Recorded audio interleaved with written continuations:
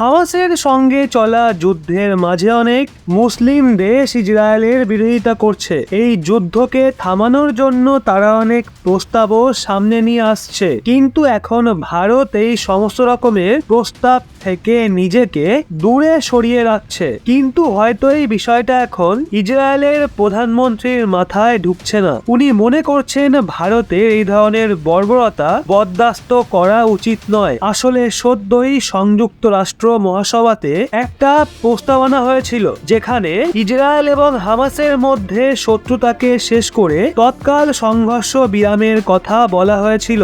ভারত এই প্রস্তাব থেকে দূরে সরে গেছিল, যার পর এখন ইসরায়েলের প্রধানমন্ত্রী বেঞ্জামিন নেতানিয়াহু ভারতের মনোভাব নিয়ে মন্তব্য করেছে। উনি বলেছেন যে কোনো সভ্য দেশ, যার মধ্যে ভারতও রয়েছে, তারা এই ধরনের বর্বরতা বরদাস্ত করবে না। নেতানিয়াহু 27 অক্টোবর সংযুক্ত রাষ্ট্রে আনা প্রস্তাবকে সিরিয়াসলি ত্রুটিপূর্ণ বলেছেন। প্রস্তাবে ভারতের মতো মিত্র দেশের মনোভাব নিয়ে আলোচনা করতে গিয়ে নেতানিয়াহু বলেছেন, আমার মনে হয় ওই প্রস্তাবে অনেক কমতি ছিল, আর আমার এটা দেখে দুঃখ হলো যে আমাদের অনেক মিত্র এই বিষয়টার উপর জোর দিচ্ছে না। ইসরায়েলে যা কিছুই হয়েছে তার তীব্র নিন্দা হওয়া উচিত। এটা এমন ছিল যেটা ভারতের মতো সভ্য দেশ কখনো বরদাস্ত করত না। এর জন্য আমি আশা করি এ ধরনের প্রস্তাব পুনরায় আনা হবে না। নেতানিয়াহু বলেন, যেভাবে আমেরিকা পার্ল হারবারের ওপর বোমাবর্ষণের পর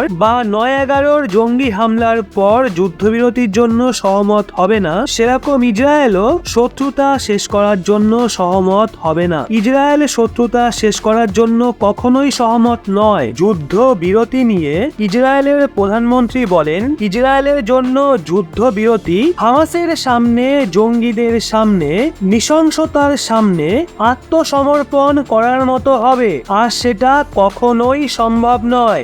বাইবেলে লেখা রয়েছে, একটা সময় হয় শান্তির আর একটা সময় হয় যুদ্ধের।